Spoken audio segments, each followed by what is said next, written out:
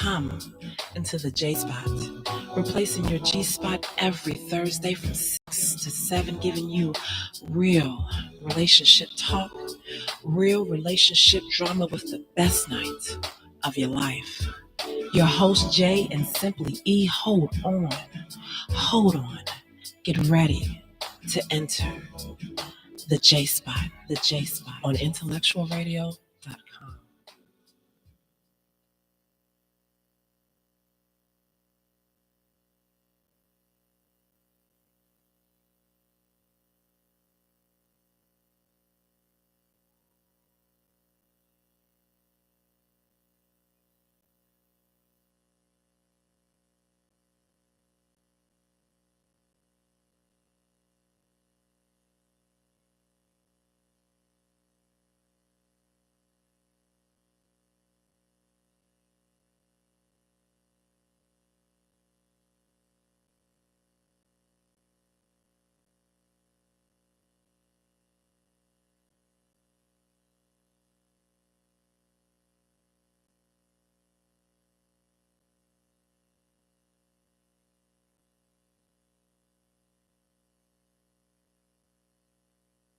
So many great hot topics to get into. We're going to get started. Listen, look, you all. Okay.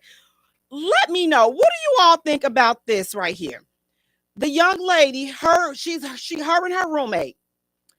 The roommate is a nurse. So she tested her other roommate's boyfriend for an STD. He tested positive for the STD, and then he was able to receive treatment. However, the nurse did not inform her friend and her roommate that she had tested her boyfriend for an STD, and he tested positive for an STD. So now the friend is mad at the roommate, which is the nurse, and she's like, "You're supposed to be my girl. How you not gonna tell me that you tested my boyfriend and you know he came back positive? He tested positive for an STD, and you're supposed to be my friend. What type of friend are you? You're no friend because you were supposed to have told me this." And the nurse said to her friend, she's like, "Listen, I can't tell you that. It's not my place to tell you that because I am bound by HIPAA. This was his personal health information, and you're my girl and I love you, but I cannot disclose this type of information." So the friend goes on to say, "But we're supposed to be friends. We've been friends longer than you've been a nurse, and my health is at risk as well, but you didn't inform me."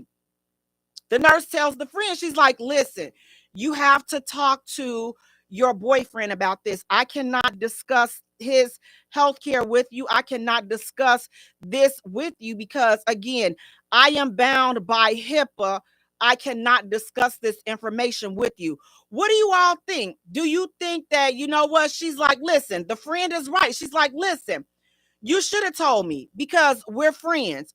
Or is the nurse correct? She's like, "Listen, I don't care. I know we're friends and I love you and everything, but legally, my career, I could lose my license for this.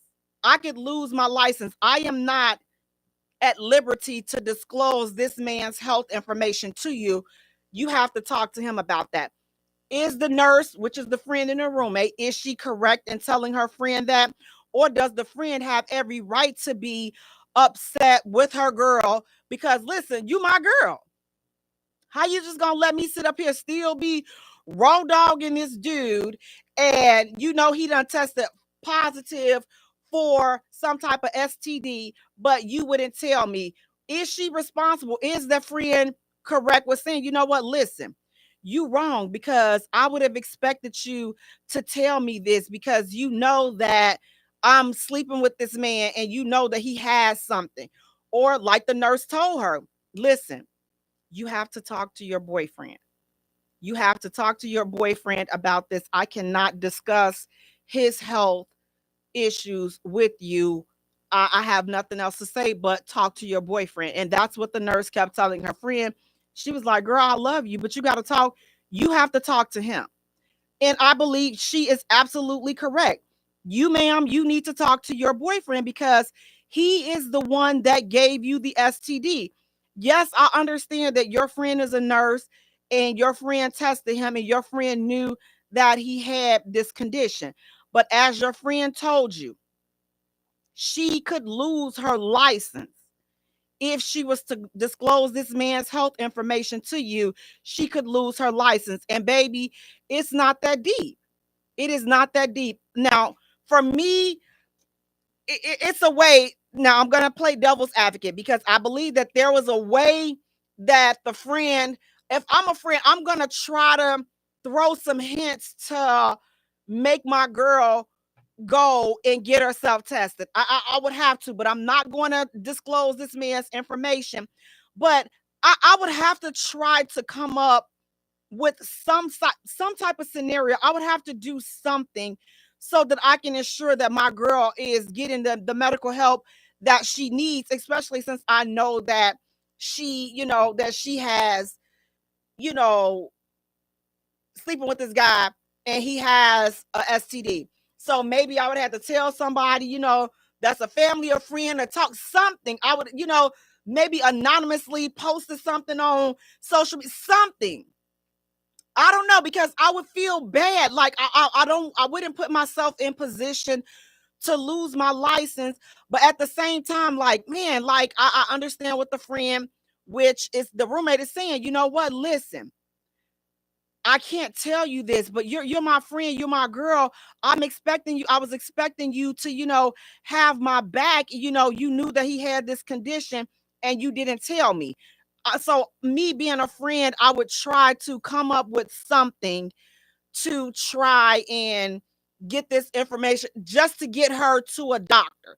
I wouldn't necessarily disclose or mention anything about him, but I would, do everything in my power to urge her to go and get checked out. Without, I would have to come up with something that will, lead her, that will prompt her to go and get some medical attention. But as far as the legalities of mentioning his information, it's not worth it. And I'm like, I would not put myself in position to lose my license just trying to warn you about the dirty deeds that your man is up to. Because at the same time, I believe, listen, 9 times out of 10, girl, he ain't no good. I'm like, look, if you got some suspicion, so like if she was to bring it to me, I would say, girl, if you got some suspicions, then you have to go get yourself checked out. Now, once she brings it to me, then I feel like I'm in position. Now I can respond with, well, if you feel that way, if you got that information, then you need to go and do your due diligence and check yourself out. But I don't have anything to do with that. I can't talk to you about that. But for me, I feel like that would be a way in to let her know that she could go and get checked out. Hey Cedric, how you doing? Cedric is saying she out of order for that. She can live her life. Darn those license. No, Cedric, no, I don't know now. Because I listen, I've worked too hard for this, especially if she know. Listen, this dude ain't no good. You know that he been slipping and sliding and slithering through these streets. We both know that he be slipping and sliding and slithering through these streets. So why in the world would I risk my license telling you something that you already doggone know? This ain't the first time he cheated on you, and it will not be the last time, because you ain't gonna do nothing but go and tell this man. As soon as I tell you that he gave you something, you ain't gonna do nothing but go tell him. And yeah, Patricia told me, she showed me your results, you nasty bastard. She showed me that you tested positive for this, and you didn't even come and tell me. So you didn't think enough of me to come and tell me. You had to let Patricia listen. She would have been throwing Patricia's name all up and through it. And then guess what dude gonna do?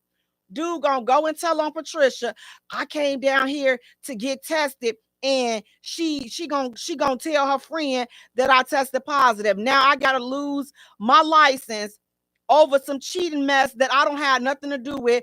First, I didn't even want you to be with his nasty behind in the first place. And so now I'm supposed to lose my license over the second place. And then, man, to make matters worse, I lose my license and they still together. How do that look? What the heck am I gonna lose my license for when I know good and doggone well that she ain't going nowhere? I'm not gonna lose my license for this. I'm not getting caught up in this foolishness. I am not getting caught up in this bull junkie. So you could say, tell that to the entire judge, tell it to the whoever you want to tell it to, but I don't think that I would be risking my license, my livelihood to inform my friend something that I'm sure she already knows. Because again, how fair is that to the roommate that's the nurse, that she has to lose everything because she's telling her friend something and then her friend ends up staying with the dude. So now I've told you that he tested positive for something. And now you get mad at him for like 2 seconds and now you all are back together, but I lose my license because I told you something that I wasn't supposed to tell, and then you don't even have enough respect for me to even leave the dude alone. You're still with him, and I lose my license. So I don't think that's not going to work for me. I'm not going to lose my license behind revealing something that I know I shouldn't reveal. But again, as being a friend, I would try to come up with some type of way to inform her that something is going on and that she should probably go and get checked out. It would be something, but I would do something outside of telling her exactly, listen, your man is popped. I think you need to go and get it checked out. I would have to find another avenue of revealing that information to her, but I'm not going to lose my license over trying to reveal something that, especially when I know that they're going to stay together. Just think about that. Think about that. Now I've told her this, and now I've lost my license. Now I'm unemployed. And then y'all back together. Y'all out here dating and living it up and all booed up. But now I've lost my license. Like listen, I would have to fight both of them. So I done told you done made all this big deal. The roommate, the friend making this big deal. You suppose what you so loyal to your license, but you don't care about me as a friend. Okay, so I done told you this information. What you gonna do with it? You gonna do what you always do. You gonna go over there, you gonna argue with him, you gonna cut up, y'all gonna clown, and you gonna be right back with him. So what's the difference? So I'm like, I'm not getting in that. I'm like, listen, if you know that a couple, listen, especially if you know that these folks are toxic and they are, listen, and you know they ain't going nowhere, this is all they do, stay out of it. Let them handle it however they handle it, but you stay out of it. Let them do whatever it is that they are going to do. Stay out of it. Cedric is saying, I'm not saying drop his name, but tell her to go get yourself checked out. Again, Cedric, she can't really say go get yourself checked out because she's under HIPAA. So it's like if she was to get sued, they're going to be like, okay, well, why are you telling her to go get herself checked out? Now you're hinting at her having something. You're hinting at her having a medical condition. So she cannot mention anything like that, whether she drop his name or anything. Listen, HIPAA is very, very sensitive. HIPAA is, listen, that health information, that protective information, you can't do it. So she would definitely have to find another way. But I would have taken the opportunity when the friend confronted me with the results, then I would have been like, listen, if you feel that way, if you found that information, then you need to go do your due diligence and do what you have to do. But leave me out of it. I would have said that. Now that clears me. But what I'm not going to do is go back and forth with you over this, because the more we go back and forth about it, then now the more things that I'm saying that could be used against me, that could hurt my license and that could put my career in jeopardy. And in this case, I think that it's just best for her to just let him go ahead and do what he has to do. Hey, Tommy, how you doing? Let her do what she has to do as well. And you guys take this ish up amongst each other, but keep me out of it because listen, I don't have any time for all of this foolishness. You all have to go check this out and figure it out for yourself. But again, do not, if you are a nurse or a doctor or a licensed nurse practitioner or anything like that, or even if you work in a hospital, listen, it's so strict. Like if you work, I work in a hospital, for a hospital. You cannot, if you see somebody information in the system that you may know, if you work that account or you work anything on somebody that you know, you could be fired because again, you're too close to the situation. So you're supposed to have yourself removed off of those kind of cases and those type of situations. If you, maybe your neighbor, their husband, somebody, a family member name comes up, you're working, doing your job, you're like, oh, I know this person. And then you go looking into the system and trying to see what they there for. You know, you because you working because it's something that came up and you know what, you can get fired. The system that they have, and this is goes back to how all those people got fired over leaking Jussie Smollett's and from his medical records and his information years ago. I believe it was from Northwestern Hospital. That's because they were able to look at everybody that logged into his chart. The system, it when you log into stuff, they see everybody who has logged in there. And that's how all those people got fired because the system tells them 25 people, 25 unauthorized people accessed this man's account and you had no reason to do so. And now here you are. Goodbye. You out of there. You are out of there because you access. You may say, Jay, what? They work for the hospital. What you mean? They got fired. They work for the hospital. So why couldn't they access it? Because he was not their patient. He was not they were not working directly with him. So anybody that was working that wasn't directly working with him, then you are out of there. You are out of there. Adios. You are out of there because you have no right to access a patient's information. And then you go and blab it to everybody. So listen, I understand exactly what this nurse is talking about because HIPAA is, listen, it's not worth it. So I would have just had to say, you know what, listen, you need to go talk to him. Like she kept saying, go talk to him. And if you choose to sit here and go back and forth with me, I don't have the time or the energy because again, what you're not going to do, you're not going to project your anger because you found out he got something. So now you know he got something. So instead of confronting him and getting mad at him, you want to take it out on me. You want to argue with me opposed to going over there and taking care of the conversation and taking care of that business with him. Don't come to me because that's exactly what I would have to say. Baby girl, listen, let me tell you something. You need to pump your brakes and you need to go over there and check your man. You need to go over there and have a conversation with your man because this ain't it. This ain't it. And I still love you. But this ain't the conversation. I'm not the one because you're not gonna get mad. Listen, she big mad. But no, you were wrong. You were wrong, and you should have did. Listen, why you spending all that time telling me that I'm wrong?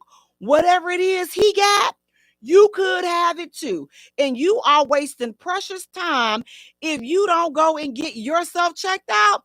You're wasting precious time by sitting here trying to go back and forth with me. Elise is saying violation of sensitive information is a felony. Violation of that HIPAA is definitely, look it up. HIPPAA, HIPAA. I think it's two P's. HIPAA. HIPPA. That's what it is. Something HIPPAA or HIPPA. I should know it because I should know how they spell it. HIPAA. I should know it. See, listen, I'm gonna have to go get myself together. But it definitely is a violation, and it's not that serious. Hey Leo, how you doing? Leo is saying, I'm not saying nothing. Right, she get fired and they still together. Don't do it, friend. Don't do it.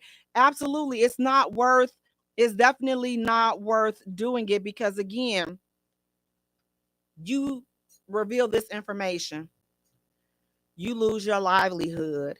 You could possibly be jailed. You could possibly pay some fines for this, but you definitely losing your license, and then you won't be able to work at a hospital anymore. So it's a lot of things that can come as a result of this. And so I know, like, this my girl, this my friend, but we just have to find another way to handle that business because, again, it's not worth it. Now listen, speaking of handling that business, what do you guys think about this? Now listen, a lady, this lady, she moves in with her guy. He has 2 new cars. So he tells his lady she can drive, he tells her she can drive one of his cars because they're both new. But she has her own car as well. But she accepts his offer to drive one of his cars. So about a week or so, and the guy notices that her car is not in the garage. So he asks her, babe, where your car at? Why your car ain't in the garage? Where your car at? And she says that she let her baby daddy use the car because she's driving his car, the dude's car, and she should be able to let her baby daddy drive her car. Should the new man be okay with his lady letting her baby daddy drive his car while she drives her new dude's car? What do you all think about that? Should this guy be okay with this? Should he be okay? Listen, he's like, listen, yo, I got 2 cars. I got 2 brand new cars. Baby, listen, you can take one of my cars. But keep in mind, she has her own car as well. So she takes him up on the offer to drive his car. So she's like, well, listen, I'm driving my man car. My baby daddy can drive my car. The man is saying, listen, wait, what's going on? Should he be okay with that? Or does he have a right to be upset with her letting her baby daddy drive her car? First of all, I would just want to know, like, how do the baby daddy know, like, and how are you that comfortable? How do we still have that type of relationship where you can ask me to drive my car? I'm not saying that I want baby daddies and there'll be that type of drama and this and that. I'm not saying that. But I just want to know, because it seems kind of close. It seems like the relationship is still, it may still be some type of warm, fuzzy feeling over there. I'm not saying that they sleeping around or seeing each other. All I'm saying is that the door may still be a little cracked. That's what I can see. It's like, see, like this, it's a small opening, but listen, fellas, that's all y'all need is a small opening. Look, y'all don't need that much. Look, y'all don't need that much space. Listen, then before you know it, she fell right on it, and that's a mistake. Just look, just this look. I ain't gonna put it all the way in, and then you fell on it. Now they got another baby on the way. I'm just saying, maybe it's far-fetched, but maybe it's not. But listen, I don't know. But for me, it's not gonna work. Leo is saying, nope, go be with your baby daddy. I'm not boo-boo the fool. Right now, how does he know? Right. And he's saying, right, how does he know about all the cars? She's still with the baby daddy. That's what Leo is saying. What are you all saying on here? Let's see what you're saying on Facebook. Hey, pretty Tasha. What do you guys think about that? Would you say, would he be wrong if he was upset for wanting to know? Listen, why this mud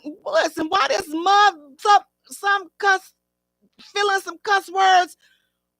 Why he got your car? I'll be like, come here, Cletus. What's wrong with you? Come here.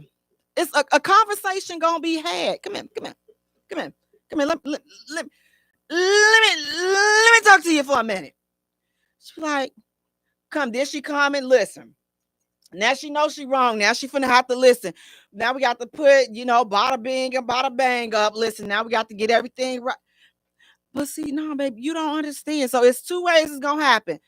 See, you don't understand. Like he needed a ride, and his car broke down, and I let him use the car. But babe, but listen, I love you, baby. You already know it ain't nothing else. Look, you the only one for me. I'm like, yep, you sure are. As long as I got a free car over here, I'm living over here with you, and my baby daddy can drive my car. And listen, we all happy.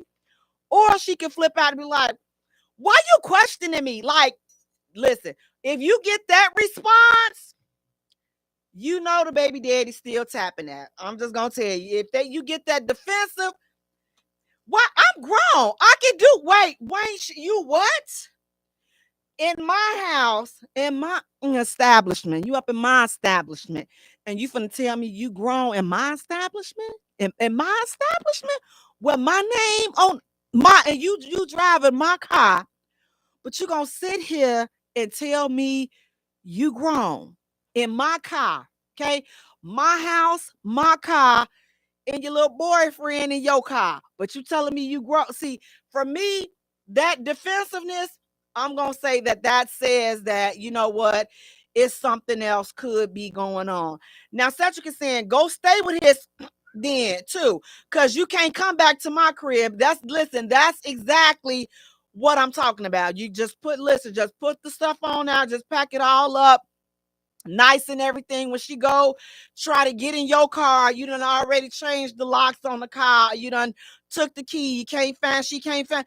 Babe, where the key at? See, and this is But how she I gonna have a know. question though. But what if he doesn't have a car and they have a kid together, and he usually has to take the kid back and forth to the park and do What stuff was with the he doing kid? before she had your car? I'm sorry, you guys. That's the super producer Earl Winfrey in the background asking a question. He said, "What if they have a kid together and he needs the car? He needs her car to go back and forth to do things for the kid." Well, I want to know, what was he doing before you got my car? What was she doing? What were they doing before they got my car? And whatever y'all doing as a family, you do it without my car. That's what you're gonna have to do. You're gonna have to make these arrangements without my car. It's not gonna. It's what, baby. You don't even drive. Listen, I may decide to drive this car to Dunkin' Donuts, and I come back and get in the other one and go to McDonald's. They my cars, and I can do whatever it is that I want to do with them. You can't drive two cars at one time. How come I can't? Watch this and listen, you all. I'm telling you, I'm petty. I'll drive up the block, go park it right there, come back the block, get the other one, drive it up a block. That's how you drive two cars at one time. Just keep listen, cross the stop sign, run back across the street to get the other one. Listen, you driving both of them. Now, listen, it may take a little time, but eventually you will get both of your cars to the said destination. If you want any more tips on how to be petty, just inbox me at the Jaye Spot, and that's Jaye. I have plenty of petty tips. And listen, because it's always somebody. Now listen, I love my YouTube family, but it's always somebody. I bet you, I bet you she's single. Well, I'm in transition. I'll say that. Now you figure out whatever you want that to mean. Cause they be trying to, go in like, listen, honey, my feelings are not that sensitive. I come from a huge family on the west side of Chicago. So listen, my skin, I'm not that sensitive. Don't let the lip gloss get you tricked all up. My feelings don't hurt that easily. Listen, I come back from a whole family. Listen, I come from a family of doing the dozens, and listen, big forehead, big mouth. Listen, I have heard it and then some. My favorite was when before I had became a mama and I didn't have no boobies. Now I'm gonna tell you that right there, that used to take me out. But now, bada bing and bada bang, you can't you can't say nothing. Bada bing and bada bang, they right here, baby. They right here. They right here to stay, baby. They right here to stay. So, I don't really get too sensitive about much else. But no, ma'am, back to the topic, you all. I get a little sidetracked from time to time. But ma'am, if you got to let your baby daddy, he can't drive the car. He can't drive the car and you be in my car. That's just like him driving my car. I'm sorry. It's just like him driving my car. I'm saying it's okay for this dude to drive my car, and I'm just not okay with that. So there's something else has to give. Something else has to give, because this is not going to happen. Cedric is saying she for the streets, and then he laughing. Pretty Tasha is saying she's a sorry woman. Cedric is saying, just say woosah, luscious. Just say woosah. Listen, whew, there you go. But no. I think that I would look at, why are you guys so comfortable with this type of, how are you this close? Like, how does this conversation come up? And then furthermore, dude, what type of man, for me, that's what I want to know. Like, what type of man ask his woman for the car, his baby, and you know that she's got another man's car? Now, I could see, the only way that I could see this, I could kind of be okay with this. If she has multiple vehicles, so you driving your spare vehicle and you let him use your other vehicle, that's the only way I could somewhat be okay with that. But I can't see being okay with me driving another man's car and then me giving my baby daddy my car. I can't, like, and y'all know I like to live on the edge, but I'm trying to see how can I justify it, and I can't justify her being able to let her baby daddy use her car while she uses another man's car that has listen, he didn't have a good time. He wasn't in that room with you all helping y'all make them kids. That's your baby daddy's responsibility. He got to ask my dear and them, can they help him out with the car? He got to, you all have to find a way. Now, if the man says, you know what, that's fine, because it's for your kids. It's for your kids. Then I commend that man. He's like, listen, but now just don't listen. Ma'am, if you dealing with a man like that says, I'm fine with you doing that. I'm fine, because this is ultimately for your kid or your kids. I'm okay with that. But ma'am, please don't be tugging on your baby daddy schlong dong and let this man find out, because see, now you all do trifling stuff, and then y'all hard need these folks. Now their heart is hardened. Now they won't ever be nice to anybody else based upon, because you came back and you turned out to be trifling. So please, let's not take people's goodness for kind, their goodness for their weakness, because it's just not a good look. Hey, Lee, how you doing? That's my sister. She's hey, girl, look. It's not a good look. So let's not be like that. Let's try to do something. I'm going to say a word that we really have to bring that back, this type of trait back, because, when the word that I'm about to say, some of us, we don't use this word a lot, but I'm going to say it. And listen, for some people, it may be a bad word because we don't use it. But ma'am, in all you're doing, do your best to be honorable. Oh, what the? Yeah, I said it. Be honorable. This man is trusting you to do the right thing. Be honorable. But see, look, again, we really not living in a day and time where folk are trying to be honorable. So I'm just going to say, ma'am, just don't be out there still slipping and sliding with your baby daddy. And then you out here driving his man's car, and then you still slobbing on your baby daddy's bob. Don't do that. Don't do that. Then you got him sitting over in your new dude car. Ugh. Would that not be the worst thing? She's slobbing on Bob in her dude's car. What he doing in this man's car? What is he doing? Listen, because I'm gonna tell y'all, folks are trifling like that. Folk will have other people up in your cars.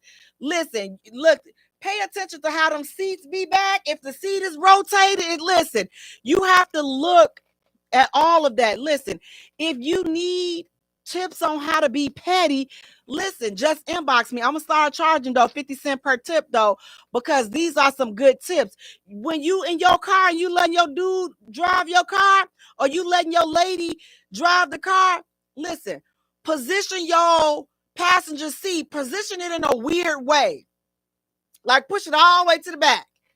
So therefore, you know, if it's pushed up to the front, who been in my car? Who, listen, who was riding on the passenger seat? That's the easy way to catch folks. Put it all the way back, push it all the way to the back, or push it all the way to the front. So you know a person can't just sit in, because if you keep your seats regular, then you'll never know that it's somebody else in your car. But people don't think like that. See, you gotta push it back. Push it all the way back, or push it all the way up to the front. And if you get in your car, and if your seat has been adjusted, it will be cause for some questions. My sister, I can't repeat that. She's dropping the F-bomb in the chat. She's dropping the F-bomb in the chat. I know what she's thinking. But listen, that's a good way to catch a person that's doing the wrong thing, unless this is now, there is a slight chance that if this is the way that they generally have their seats, then we have to figure out another way to catch them. But that is a really good way of seeing if somebody else is in your car. Just adjust them seats in an awkward position where you know, listen, in order for somebody to get comfortable, because they're not going to just lay flat like they're a slab of ribs. They're not about to lay flat like a slab of ribs in your car. They're going to want to get up, and they're going to push the seat up, and they're going to adjust it so that they can be comfortable. But, you know, listen, we shouldn't have to be, look, and I know you all are like, Jay, I cannot believe you. Well, listen, believe it. I told you all, I reside from time to time on Petty Island, and listen, it's lit over there. Like, it's lit in Petty Island. Listen, listen, if you think that's something, oh, listen, get me over a cup of coffee, baby. Listen, let me tell you, I will start spilling all the beans. But ladies, if your man is letting you use his car, and then he's saying that he's fine with you letting your baby daddy use the car, don't mess that ish up. Please don't mess that ish up by still slobbing and sleeping with this dude. Please do not mess this ish up. Speaking of messing ish up, you all, this story has been really hot over this last week. Now, there's a rapper, and listen, I know at some point when I say his name, I know that mid-conversation, I'm going to be, I said it wrong. So let me just get it out right the first time.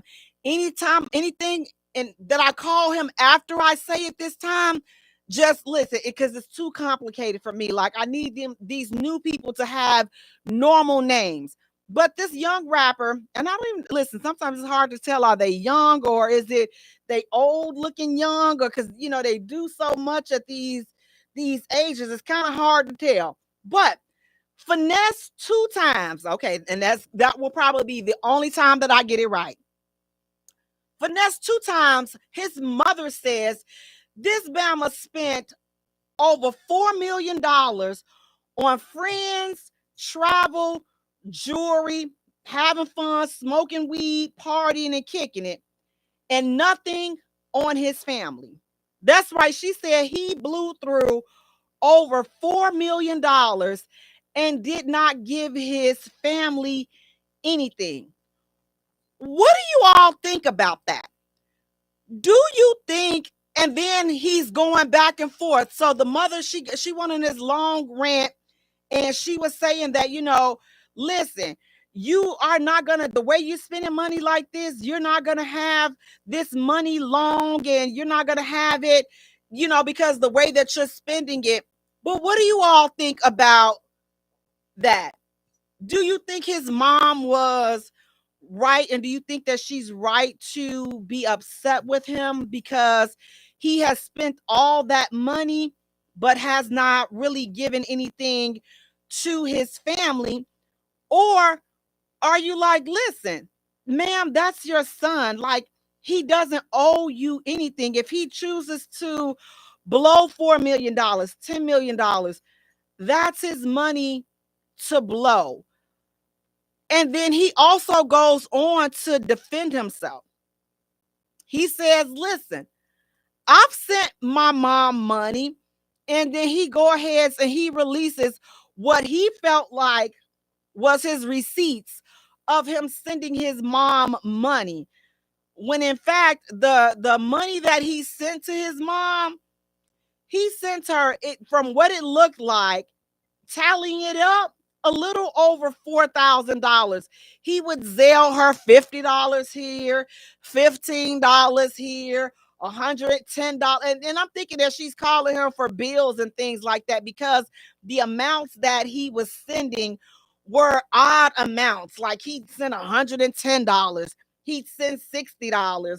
He'd send $50, $53, $15, 75 cents. You know, he was sending weird amounts. So it leads me to believe that, you know, if she told him that maybe the light bill was due or she needed an Uber or something like that, he was sending her money for exactly what she was asking for the moment. But from the receipts that he released, I did not see a substantial amount. Now, here's the deal. He could have given her a lump sum and then she spent it all and now she wants more, but he probably he could have given her that in cash. They didn't get into all of that, but she's upset because he is blowing his money on friends and drinking and partying, but he has not done anything or hasn't given anything to his family. Is he entitled to take care of his mom? Is he entitled to give money to his family? What do you all think about that? Is this young man listen, I made this money because she said, I pushed you out this cooch here. You came out this cooch, okay? And you got more respect and loyalty to somebody else that ain't got and did nothing for you. But this here cooch, you came from out here, and this is how you gonna do me? Cedric is saying, oh, he ain't about ish. Now, I'm two ways on it. If this is his mother, ma'am, I don't feel like he's obligated to do anything. But on the flip side, listen, that's your mother. Why would you not take care of your mother? Why would you not? Why would you not make sure your mother is good? Why would you not make sure your family is good? Now, again, we don't know. It hasn't been said. Maybe when he first came out, because he's been out for quite some time. So maybe when he first came out, he broke his mom and them off with some money. Ma'am, if you spent what he gave you, that's your fault. He's not a bank. He's not your bank. So if he decides to blow $4 million, as Bobby Brown said, it's his prerogative. He can do what he want to do. He made this money. You didn't. Right, Fred? We out of here. That's what Bobby Brown said. It's his prerogative. So I'd like to think that he broke his mother and his people off with some money when he first came out. But let's be honest. Now, look, some people think that because you rich, that they gonna continuously be rich. You got to listen to the interviews that Tyler Perry has done, Kirk Franklin, Cam Newton, Shannon Sharp, all these people. Listen, even Country Wayne, all these people that tell about the tales of when they have money, how the family thinks that, listen, they're rich as well. Now, me, like, my circle gonna be good. you're gonna be good. Like my circle will be good. But outsiders like my mom, like you don't have to like there is no expiration on mom. There just isn't. There is no limit. But I'm gonna listen. But I will be like, listen, Sister Vance, let's talk. I'm gonna put you on the terrorist list at these casinos. If you don't stop going up in there and giving all your money away to these casinos, you will be on the drop list. Because what you're not going to be doing is keep on going up into these god doggone casinos, giving your money away. And that's what you're not going to be doing. Put her on the terrorist list. Listen, talk to the owners at the casino. You see her coming, do not let her in. Set your cards up where if you try to go and swipe at a casino, it will be declined, because we're not going to keep on giving this casino or these boat people no money. But outside of that, you shopping, living life, we going to do this. There is no limit, because that's mama. That's my opinion. Everybody don't feel that way. And to me, sometimes, like, when people do their mom like that, I always wonder, like, okay, what's leading to this? Is it some unresolved issues? Because let's be honest, the way I'm just gonna say, the way she was talking, ma'am, I don't know, like, you a little scary. Like, she sounded a little rough. Leo is saying, I would love to look out for my mom, no doubt. Leo's also saying, maybe he tired of giving them money, mommy or not. I totally understand it. And that's kind of what I'm thinking, Leo, that he is tired. Leo's also saying he not married to his mom now, which he's not. Again, that's not his responsibility. So I definitely get it, and I understand from that standpoint as well. Cedric is saying he blessed enough to even still have his mom. Exactly. My immediate circle is straight. Absolutely. I totally agree, Cedric, that he is blessed to have his mom still alive and still around. But guys, let me put a little twist on it. What do you all think about this? So in this situation, so his mom is alive, and the mom is well. But what if he didn't have such a pleasant childhood? What if listen, how do you deal with having bad parents? You become rich, like Oprah. She definitely had a strained relationship with her father. Look at Kobe Bryant. He didn't leave his family anything. He left everything to Vanessa. He left everything over there to her. So what do you all say? So what's the right thing to do when a person feels like, you know what, they didn't have the best mom? Cedric, you're saying, I lost my mom 39 years ago when I was 11. He needs to cherish her. And definitely sorry for your loss of your mom, Cedric.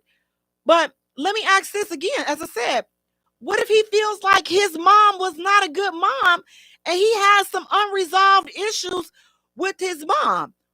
What about that? What about people that feel like their moms are not good moms or their dads are not good fathers, and they have some underlying issues with their parents? How do you move forward with that? If you feel like you are grown people now, and you feel like your parents were not the best parents for you when you were growing up, so now that has led you to making some decisions in life that maybe had you had better guidance, had your mom been there, had your dad been there, actively being a parent, actively being a mother, actively being a father, being a good mom, being a good dad, and they were there for you. maybe your life would have turned out differently. But what about for those people that say, you know what? My mom wasn't here for me.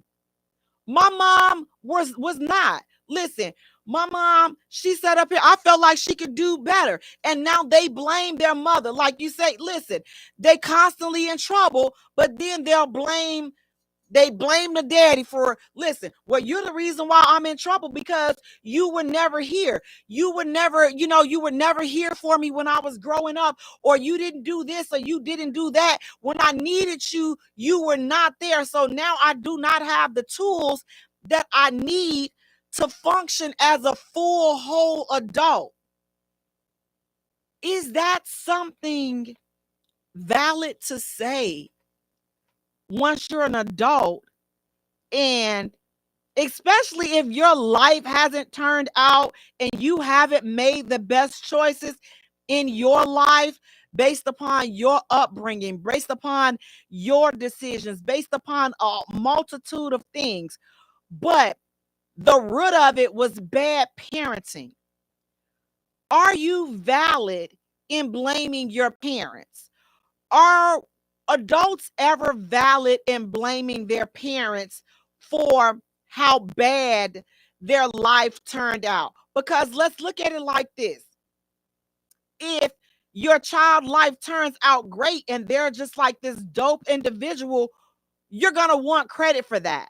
We want credit for the success of our children. So why don't we want credit when things, or why don't we want to take responsibility when things are not working out well for them based upon our parenting? Why won't we accept responsibility for that aspect as well if things are not working out so well with them? We'll take the glory. We want the accolades for the glory, but we don't want the criticism that comes along with how things turned out for them in a negative way. Like if things did not work out for them, we don't want that accolade. We don't want to hear, "Oh, you grown. You could stop blaming your troubles on me. I'm not taking responsibility for your life and your problems in your life." Well, here's the thing. Sometimes as parents, you know what? Listen, some of this issue is your fault. Some of it, listen, and you got to be parent enough to accept that. Where it's only so many times that you're going to keep blaming me for your mishaps in life. But if we go back to the root of it, if the root leads back to you in your poor parenting, then, a conversation needs to be had. And I believe that in those type of situations, a professional conversation is definitely needed, because those are some strong emotions. Those are some strong feelings. And I believe that talking to a therapist, listen, could definitely help both the mom and the child, or the kids, help unpack some of that. Now, here's the thing. If you got more than one child blaming you for how bad their life changed or how bad their life turned out, you listen, all of them ain't gonna be lying. That's all I'm gonna say. If you got more than one child telling you that you failed, or you dropped the ball at some point as a father, you dropped the ball, or you dropped the ball at some point as a mother. If you have multiple children telling you that, you cannot keep trying to shut them down. You have to listen to that, because that's some stuff that has to be resolved. And if it keeps coming up, that means that it still hasn't been thoroughly addressed, and they still have not healed from that. Leo, you're saying that is a valid thing to say as an adult. But when you are grown, you should know what to do. But it all depends on how you was raised. Absolutely. I can agree with that to a certain extent, Leo, because yes, you're grown. Now you know right from wrong, yes. But if your parents didn't give you the tools to win, set you up because they were too busy doing whatever it was. Now, if it's a parent that gave you all they had, if their knowledge was limited, but they poured into you everything that they have, I don't feel that that parent is at fault because they gave you all they had. They can only push you so far some of the time. But then you have some parents that have that natural instinct that say, you know what? I want you to do better than what I did. And I want you to go further. So I'm going to move heaven and earth to ensure that you have everything that you need to ensure that you are equipped to win. That's a parent that has done all that they can do. But let's be honest. Every parent don't fall into that category. You can be a parent that, listen, you did not do all that you could. You did not do the best that you could because you were out there chasing up behind some man. You was up outside chasing up behind some woman. So yeah, your kids have a right. Adult kids have a right to be upset with you. But adult kids, I just said the magic word. You're an adult now. You're an adult. So yes, your parents may have dropped the ball when you were smaller, but now it's up to you to pick up the pieces, get some help, ask people for help to help you pick up the pieces so that you can make better decisions. You cannot live in your childhood. You cannot live in, well, my mama didn't do this, my mama didn't do that, my daddy didn't do this, my daddy wasn't that. You cannot wallow in that. We're going to acknowledge it. We're going to get some help and we're going to move on. We're going to move forward. We're going to move upward. We're not going to keep justifying our bad behavior. Well, my mama wasn't never here. My mama was out with all these dudes. My mama was always outside. My mama was on this. My mama was drunk. My dad was drunk. My dad wasn't doing. Listen, we get it. Okay? We get it. We get it. But you can still make the decision and say, you know what? I'm going to do better. I don't want to end up like my parents. I don't want to have the same story that my parents have. I want to do better. I want to put something else better out there. I want my kids to have something better. I want to have a different family legacy. I want to leave something better for my family. And then work towards doing just that. But again, parents, if you were a bad parent, you got to listen. You can't tell them, okay, I know I was a bad parent, but I done made amends to it. Now I'm tired of hearing it. Sometimes you gotta hear it until they heal. Now, I'm not saying that they have a right to disrespect you because they don't. Listen to me, adult kids. You don't have a right to disrespect your parents. Not never. Not never. Cherish and honor your mother and your father that your days may be long. I truly believe that. However, we're going to sit down and we're going to have a conversation. And as the parent, you need to be willing to have those bad conversations, those hard conversations, no matter how hard it hurts. You may have moved on. You're not that same. I was young. Okay, we get that. I was young. But that's not an excuse. We still have to amend and make right as much as possible the things and the bad things or the bad decisions that we did in our youth. So being young doesn't take away our responsibility for what we were supposed to have done right by our kids. Cedric, you're saying true that. It's time to look into the mirror and do some honest self-evaluation. And then Cedric is also saying, absolutely. Again, we can't get stuck there. But this is a huge, and I think that this is a huge issue in the Black community because it's so much toxicity a lot of times in our families. And you know what? It goes unaddressed. There's so much mental illness, so much alcoholism, child abuse, molestation, all kinds of abuse, neglect. It's so many issues that run rapid through our communities. And guess what? Generation after generation, guess what people do? They sweep it under the rug. It's never addressed. Is never addressed. Grandmama and them abused your mama and them and neglected them. So now your mama and them neglected you and abused you. So now you abuse your kids and neglect them. Look, see how it trickles on? Because nobody is addressing that ish. We just toppling it on top of each other, paddling on top of each other.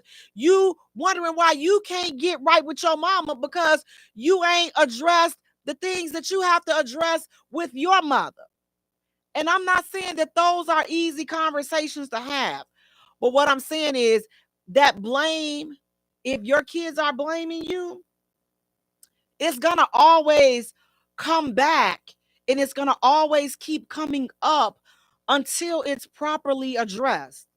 It has to be properly addressed because if it's not, again, the kids they're going to keep they're gonna keep blaming you, especially like I said, if you got more than one joker telling you that you responsible for how bad their life went. You responsible. I know that you want to think that you've changed, and you may have changed. You may be in a better place, but you still have to take responsibility for the young adult that's before you, for the things that you did not give them. They still are missing out. So instead of being defensive and saying that you're not gonna keep that you was young when I already told you, listen. Instead of being abusive, instead of dismissing those feelings, sit down and listen. And that's why we don't listen, and we're not gonna listen because it's hard. We don't want to hear that, especially listen, I'm polished together and I got my new man and I got my new life and y'all grown and this and that and I'm living my best life but wait. It's some people that got a problem with your old life. They always trying to steal my joy. I ain't finna let nobody steal my joy. Whoa. Ain't nobody trying to steal your joy, but you got to be brought to the light, and let me bring you up to speed on some things that you did that ruined my life. I have the right to tell you how you contributed to me being in my state. Now listen, with that statement being said, it's your responsibility to get yourself up out of it, okay? We're not going to blame our parents for where we are. We can't keep living on that. But we do have the right to bring it to them so that we can try to resolve it. We're not going to use, oh, well, my daddy wasn't there. We're not going to keep using that as a crutch. We're not. Oh, well, I was a single parent. We're not going to keep using that as a crutch because you made the decision. Each time, ow. Listen, swinging off the chandeliers, you made the decision. So this is a no excuse zone. A no excuse zone. We gonna accept those hard truths and we're going to build from there and we're going to go forward. Leo is saying, I feel sorry for those kids. I feel sorry for them now because a lot of them now are adults and now they're lost. You can see how a lot of them, this life is affecting them because they're adults, but they're still operating on a child's level, emotionally and mentally, psychologically. You're still operating as a kid. You have a lot of adults that are walking around here as traumatized kids. I'm going to say it again. You have a lot of adults walking around as traumatized kids. And I believe that if the parents are still alive and if they're able to, listen, come on, let's try to help heal these people. Some of these people are so doggone angry. Baby, they are angry at the entire world. They're so angry because of what their parents did or did not do for them. How their parents either failed to show up for them or whatever the case is, but whatever fault that they have against their parent or parents, they are taking it out on the entire world. And guess what, guys, as parents, again, I know, listen, it's hard. Jay, how you saying that? Like, what does that even have to do with anything? Like, they grown. I did the best that I can. And that may be true. That may be true. But if your child, which may be an adult now, if they feel like, listen, it's some stuff that you did that done put them in position that they are in, I think that you owe it to them to listen. You owe it to them. I'm not going to sit up here and let nobody keep on sitting up here making me feel bad, trying to make me feel bad, trying to steal my vibe and just negative and toxic. Listen, we're not going to sit up here and try to avoid, listen, because see, now I have to start saying bad stuff that I don't want to say. We're not going to sit up here and avoid this. If you know that you were not a good parent, you listen, and a lot of you, listen, a lot of you wasn't, but you're different today. And I get that. But your kids are talking about the yesterday you. And some of you all, yesterday, you were not the best dad. You were not the best mom yesterday. Now you're striving to do better, which is all you can do, fair enough. But you still have to atone and make right for the things that you did or did not do regarding your kids on yesterday. You still have to make it right. Now, listen, you all, speaking of making it right, wait a minute. Now, listen, I have to drink some coffee real quick for this, because this foolishness right here, you all, this isn't, ladies, this is not the way to make it right. Because what I'm about, this hot topic right here is very dangerous. And I do not recommend this foolishness. I mean, at all. There's a young lady and she's on a date with her dude and she's live. And so she found out that the man is married. So now she's exposing him while they're on a date. She's on a date with this married man and she is exposing him. Yeah. Now see, look. Yeah, he out here with me. Yeah. Oh, now what? You want to get mad now? Why?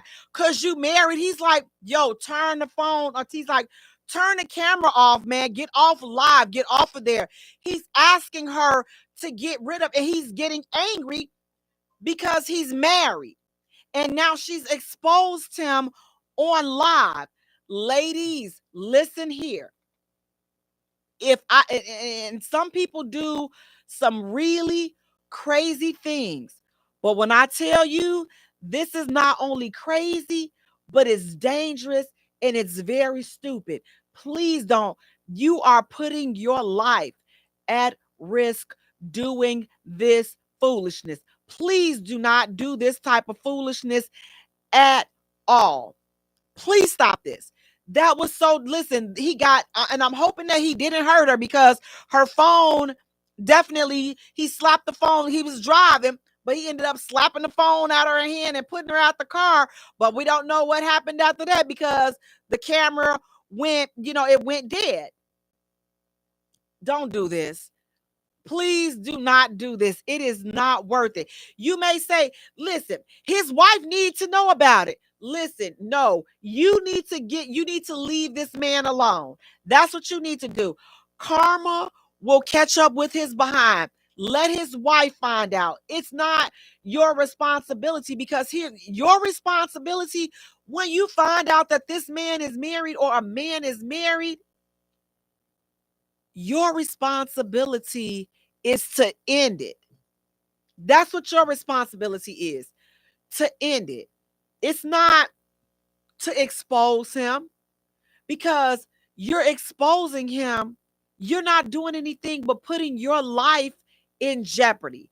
You're putting your life in danger. So exposing him is not the key. Oh, yeah, you cheated with the wrong one. I'ma fix it for you. I'ma fix it for you. And then you end up getting yourself in a very, very, very dangerous situation, because see, now not only is he mad at you and he after you, but now the wife is after you as well. So now you're doing all that for what? For what? You're doing all of that to break up his home. If you really felt that adamant about and had a problem with him cheating, once you found out, you should have just let it go. Don't call me no more. Don't talk to me anymore. Turn your phone off, ghost them, whatever it is. But you're trying to, or you're exposing him. This stuff is getting out of hand and it's very dangerous. And I don't recommend following suit on anything like this, because again, this was pure stupidity. This was stupidity at its finest. You may say, Jay, why is this stupid? So you telling them to just hide this from the wife? Listen, his wife, his marriage, his problem. You get yourself out of it. Take yourself out these people's marriage. If she was doing her job, because so many chicks think that if she was doing her job, he wouldn't be over here. You don't know what she's doing. You don't know what she's not doing. All you know is what he's telling you. And now when you make him mad enough, you might get the bastard that he is to her. You gonna get that. But see, side chicks never understand you got the perfect guy. You know why? Because he's not around you all day, every day. So yes, he can afford to be happy and be jovial and just be ready to do all kinds of things, because he's being a bastard at home. He's being a flat out bastard to his wife and to his kids at home. But now when he get with you, and again, it could be something at home that needs to be addressed. Totally needs to be addressed. But he can't fix his marriage with you. He can't. Cedric is saying, just leave him alone. Absolutely. He can't fix his marriage. And again, it's not, you don't get any brownie points for trying to expose him. You're not doing anything but putting yourself in position to get hurt, because you're trying to expose this married man. So you're putting him on live. You're putting him in a very compromising, awkward position where now his family, his friends, his co-workers, his kids even will see this. So do you know how much mental anguish? Now you're causing this person to go temporarily insane because of what you're doing, when all you have to do is leave it alone. You found out he was married. If you want to privately confront him about it, then do so. But it doesn't make any sense for you to confront him and then you're still messing around with him. Like, what's the purpose of that? What's the purpose of going live so that his wife can see? What did his wife do to you? Like, if you got some beef, you got some issues, you have an issue with him. Your wife didn't do it. His wife didn't do it. His wife sitting up there waiting for him to come home. His wife sitting up here thinking that he got to work 16 to 18 hours, but he's still bringing home a 10-hour, 12-hour check. But he working 16 to 18 hours a day and the check ain't checking. You feel me? So whatever it is that he telling her, you don't know what's going on in these folks' marriage. And it's not your place, nor is it your business. Once you found out this man was married, it's your job and your responsibility, your only responsibility is to leave that man alone. That's it. It's not your place to tell his wife. Jay, what you mean it's not her place? It's not. You all have to look at the day and time that we are living in. You're doing more harm to yourself than you are any good. You are not, there's no good gonna come out this situation by you exposing this man, and nothing good is gonna come out of this. So please leave these men alone, leave these married men alone. And again, if you feel like you have to confront him, do it in private. But going live is going to get some people it's going to make you not be here anymore. So I would not advise, my rule of thumb, do it privately or just fade out. Like just ghost it and just leave it be. Just leave him alone and let him go over there and find some business and hopefully reconcile with his wife. But it's stupid and it's dangerous for you to even think that you're doing him a favor by exposing him. Now, listen, speaking of exposing, what do you all think about this? Now, she said this some years ago, and I don't know if he actually has taken her up on it or now maybe he's considering it. But you have Tammy Roman. She revealed that she gave her husband permission to have a child with another woman if he truly wants kids. She explained that due to her health and personal choices, she wasn't in position to carry another child. But she wanted to give him the experience she wanted to give him the opportunity to experience fatherhood if that was something that he desires. What do you all think about that? Ladies, would that be something that you would be open to telling your husband? Like, listen, I know I'm at the point where I can't have any kids anymore due to age, maybe health reasons, or maybe just a decision. Now, if it was a decision that I made and it had nothing to do with health or age, if I was able to do it, then I don't think that this would be my option. But if it was health related or due to age, you can't, she's like, man, I can't carry kids anymore. Would you give your husband the okay to go and have kids with another woman if he wanted to have his own biological kids? Because her husband, he's younger than she is. That's the first thing. And he does not have any children of his own. Tammy does have some children, but he doesn't have any children. So she's like, listen, I want him to experience fatherhood.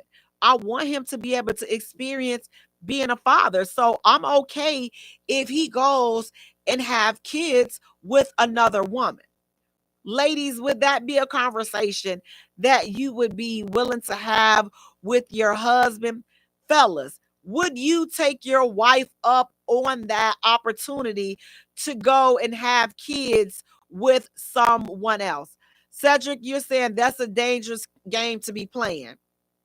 I'm not sure if you're talking about the lady revealing, the husband, the cheater. Ladies, would you be okay with that? So I'm looking at it like this. Okay, so here's the thing for me. I would, hear me out. Oh my God, I cannot believe you said you would. Yes. If he didn't have any kids, then I would want him to be able to experience fatherhood. However, I didn't say you go out and screw some other chick. There's other ways listen, we can get a surrogate, or listen, if you want to go a cheaper route, listen, you can put your kids in a cup. We can go give her the old incubator. Listen, it's a lot of ways to do it without you having to touch her. That's all I'm saying. You ain't sticking it nowhere but in me. However, I'm okay with you having a baby, understanding that we're going to set it up so that everything is done legally. But I wouldn't, going forward, like, would I want to willingly put myself in that position? I won't, because it's a lot, it's a lot that goes along with that.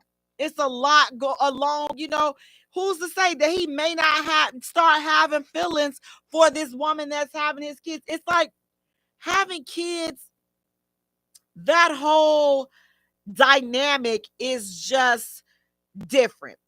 Because here's the thing, if this is his first time being a father, and let's say, okay, you know what, they're doing it my way. They didn't do it, she was artificially inseminated. Okay, so they're doing it that route. But guess what? He still wants to be a part of the process. So now he's bonding with her as the baby is kicking and her feet are getting swollen and she's having cravings and just all these things. Or are you saying, Tammy, that listen, he can have a kid biologically, but I'm not giving him permission to go and be a part of the process. I'm not giving him permission to do that. Cedric, you're saying surrogacy or adoption. Listen, that's definitely, that's a very iffy. It's a very, you playing with fire right there. In that type of situation, you are definitely playing with fire. But again, I would say that if you are doing this and this is something that you intend on considering, or she's considering, I hope that she has looked at it from all of the angles that you can possibly look at these type of situations from. I hope that she's looking at it from these angles. And she's been talking about this for years.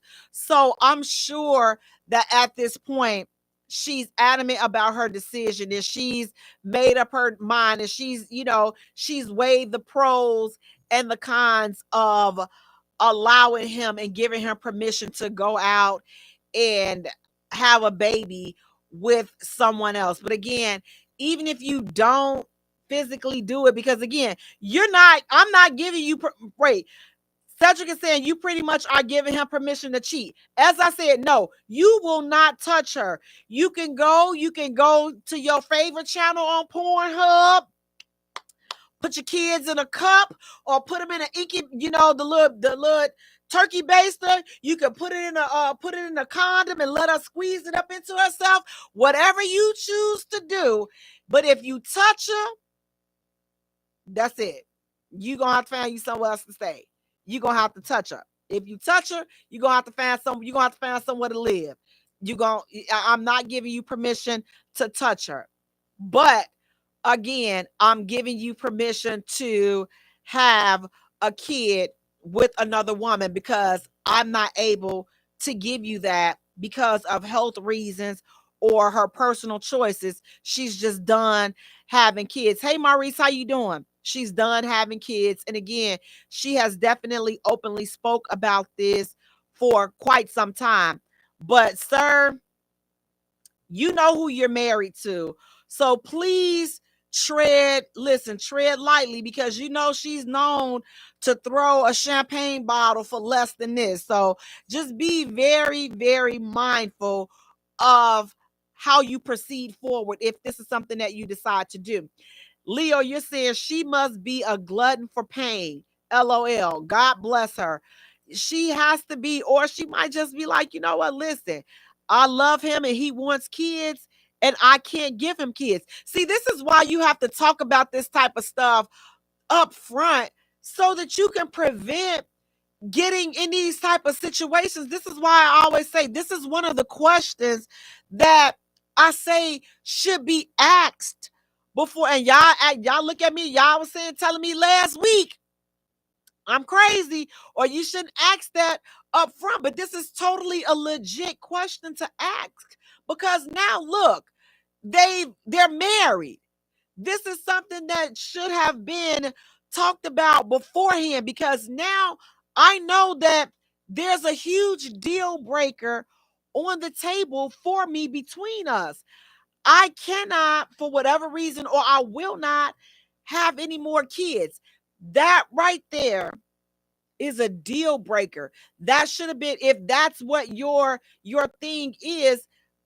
But we don't like talking about those things because, again, oh, I like him. I like the way he feel. I like the way she feel. I don't want to run them away. I don't want to lose them. But now you end up getting with somebody and you say, Jay, so are you going to throw a whole relationship away because he want kids and I don't?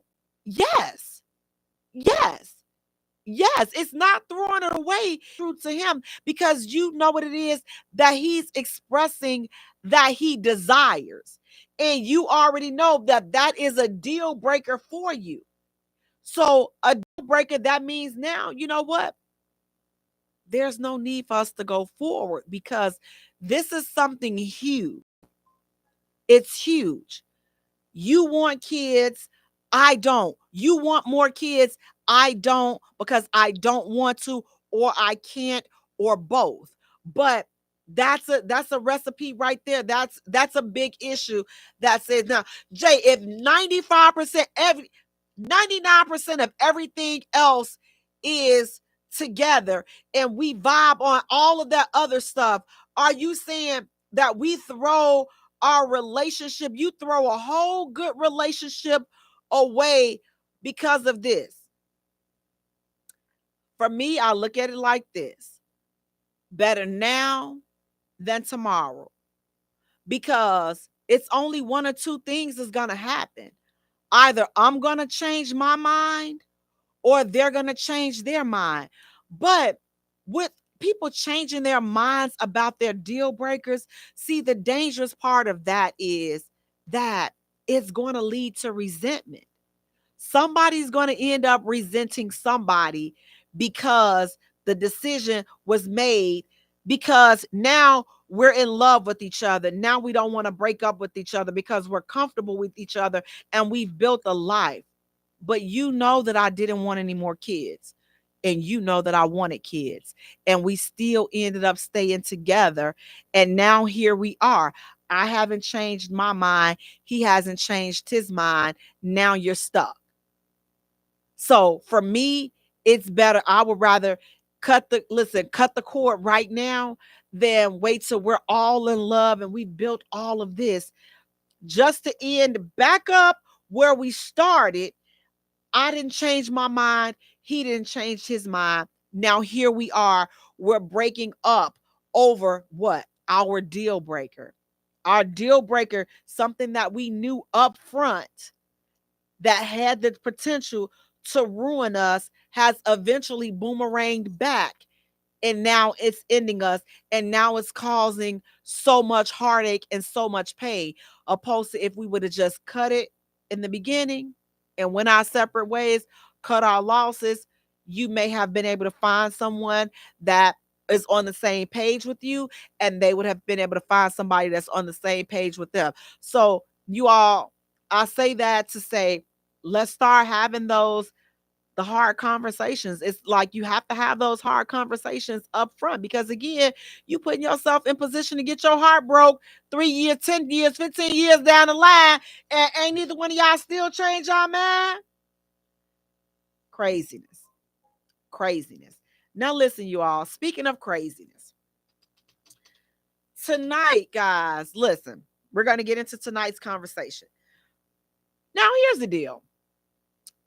Some people think cheating is just about sex, about doing the horizontal mambo. But oh no, baby, let me tell you, the game is deeper than that. So tonight, guys, we're going to be tackling a hot topic that some that have, listen, that have some folk in their feelings. Tonight, we're talking about emotional cheating versus physical cheating, and which one hurts more? Which one hurts more? Which one cuts deeper? Which one is harder to forgive?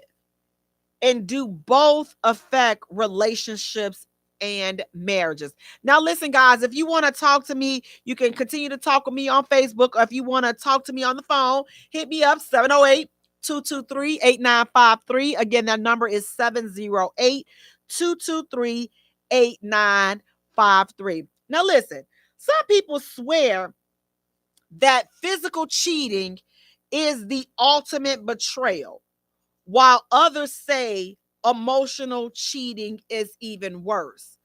But here's the truth: both of these things can definitely ruin relationships and marriages. Listen, if you're sticking it in, that can ruin it.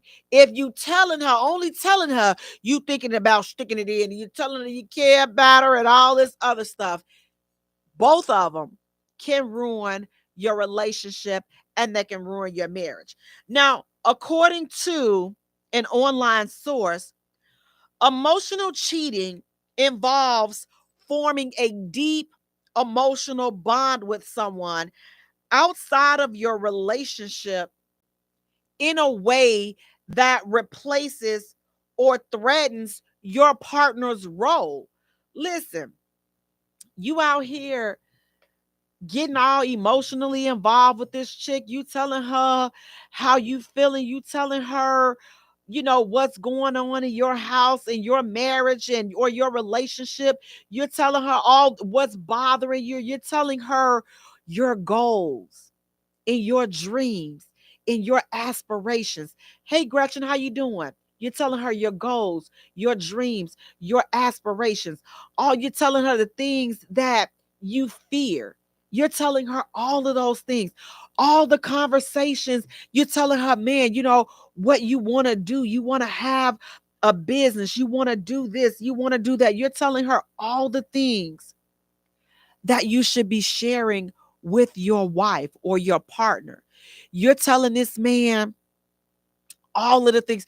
Man, I just wish that I could get some support. I'm trying to build this business. I'm trying to go back to school. I'm trying to do this. I'm scared. I want to do this. You're telling this man all these things, all your fears, your hopes, everything, the essence of who you are. You're sharing that with somebody else. You're telling these people things that you've never expressed to your mate or to your spouse.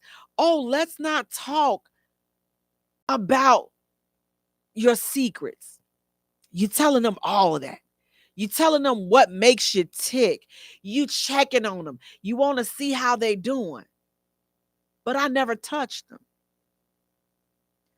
Physical cheating involves sexual contact with someone other than your partner. Now, here are a few signs of emotional cheating. Now, look, before I read this list, if some of you all listen, just listen and just watch, okay? I'm just saying, just listen, okay? We're going to listen. And I don't go by the slogan of we judge, we listen, not judge. I'm going to do both. I like to listen, judge, and talk crazy. So you're going to get the whole plethora over here. So don't think that I'm going to butter you up. We're going to no. This is a judging zone. Cedric is saying cheating is absolutely mental first. Once you've cheated emotionally and mentally, the only thing left to do is physically do it. I totally am on one accord with you on that, Cedric, because that's the gateway. That physical, that emotional, that's the gateway. That's the gateway to physically falling on that thing or falling up into that thing. That emotional cheating is the gateway to that. But here are a few signs of emotional cheating. You're secretly texting, calling, or DMing someone you're emotionally invested in. You're sharing intimate details about your life that you don't share with your partner. You're developing an emotional dependence on someone outside of your relationship or your marriage. Let me just stop right there.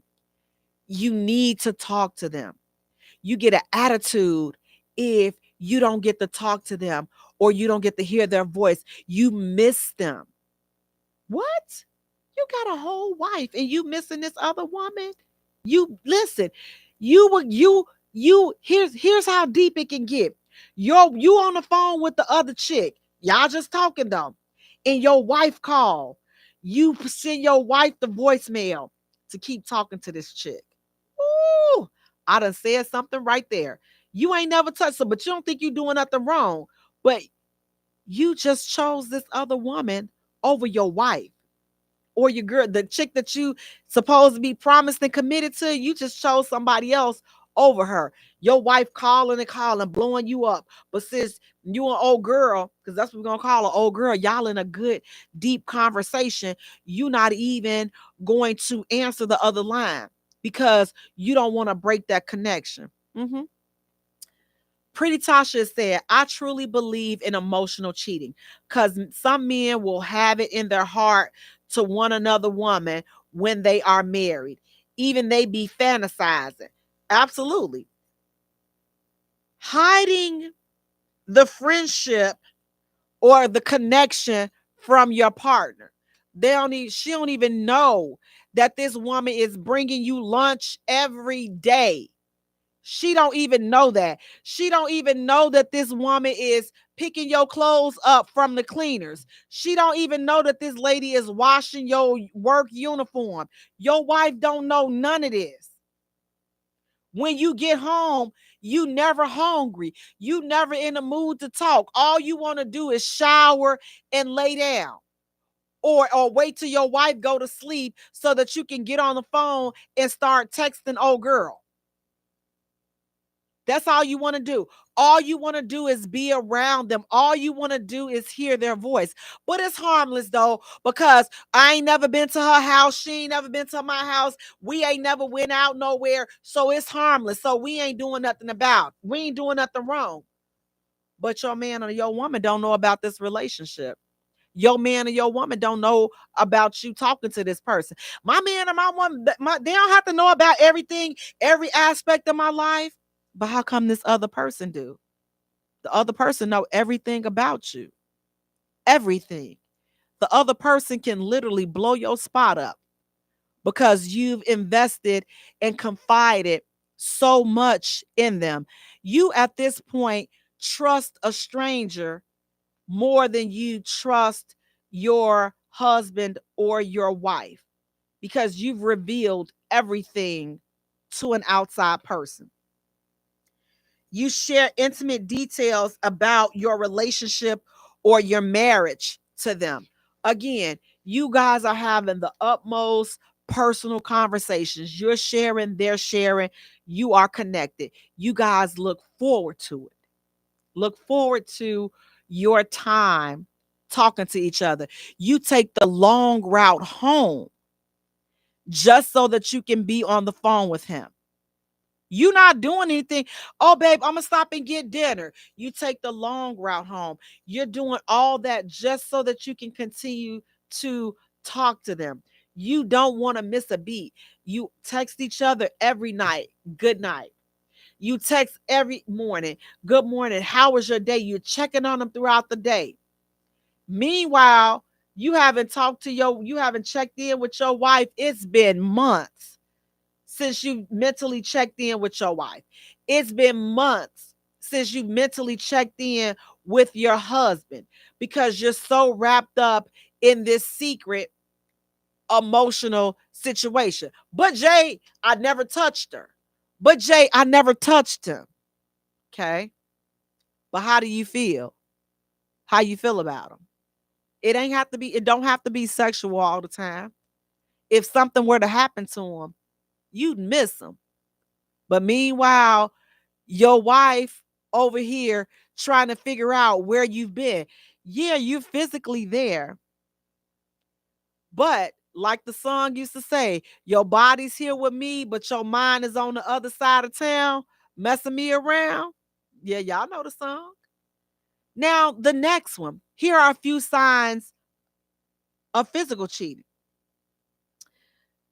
That's when the sexual contact with someone other than your spouse, it may or may not involve an emotional attachment, but it's often fueled by attraction, opportunity, or impulse. And it's usually hidden due to fear of consequences. Now, I'm going to have to push back on that part because nowadays, some of these folks are brave. They don't care about any consequences. Some of these folks, they want you to find out. They don't care if you find out. They really don't. Some of these jokers that they will screw them right in their marital bed. Yes, they will, and will not think twice about it. So, cheating, whether it's emotional or it's physical, it still destroys the trust. It destroys security. It destroys the intimacy between the couple because there's a wedge now. We used to be this close, but now we've made room for somebody else, whether it's emotional or physical. Physical, I done hit it and listen, now I done broke that bond with my person.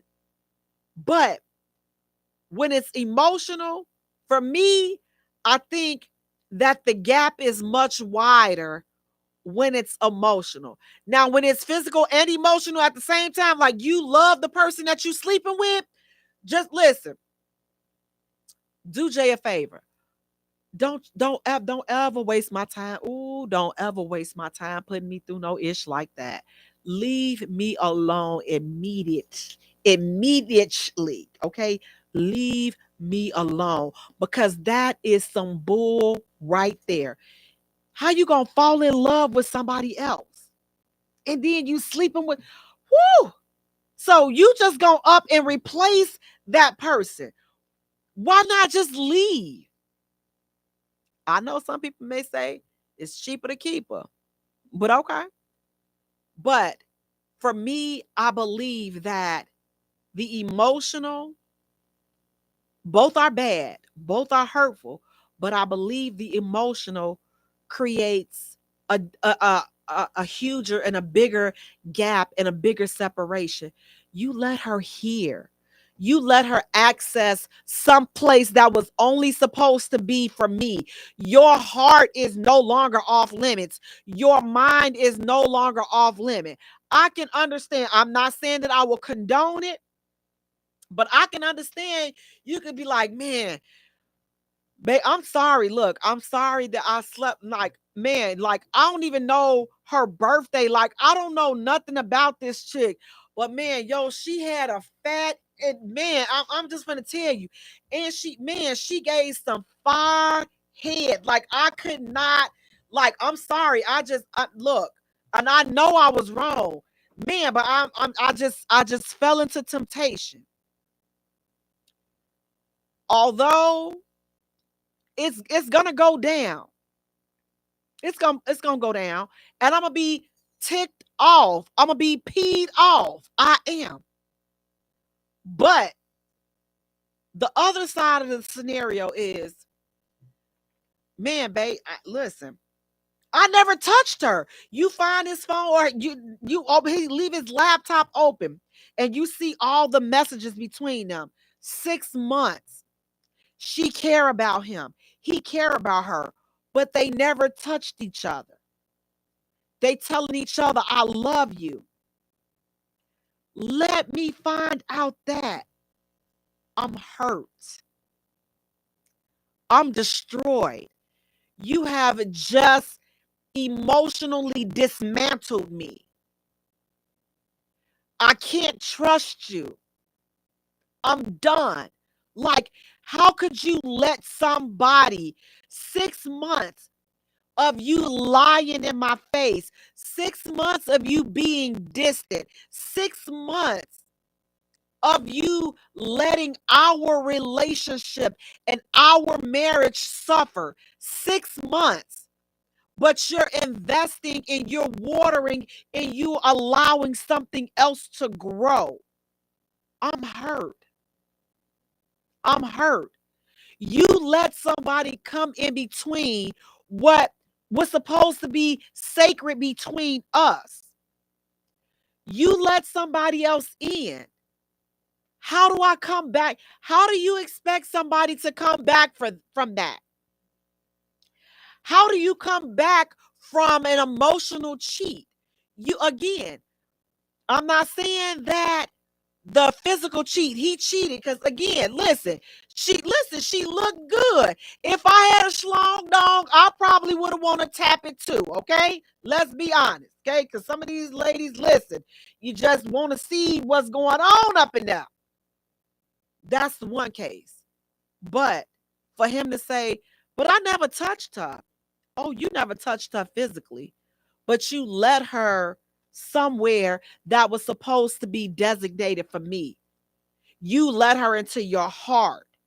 You led her into your mind. You started caring for her.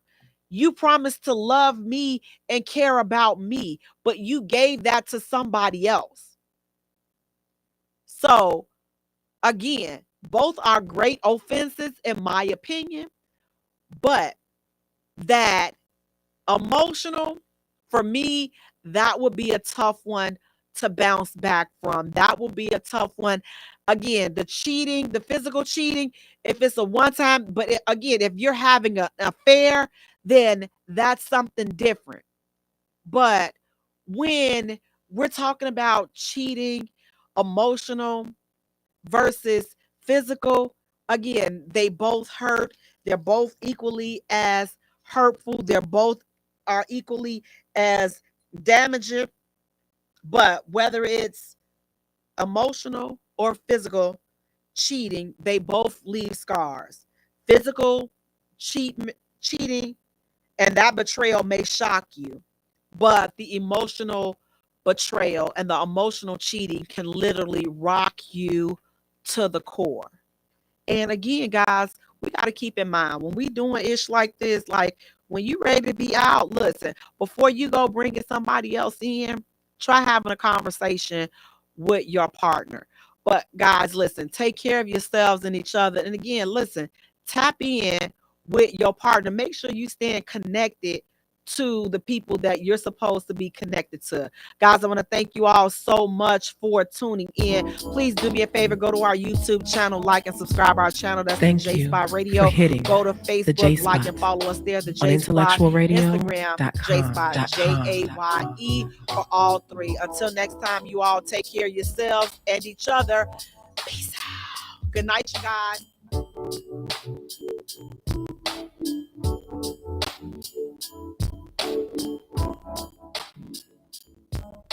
Baby, you're melting. Baby,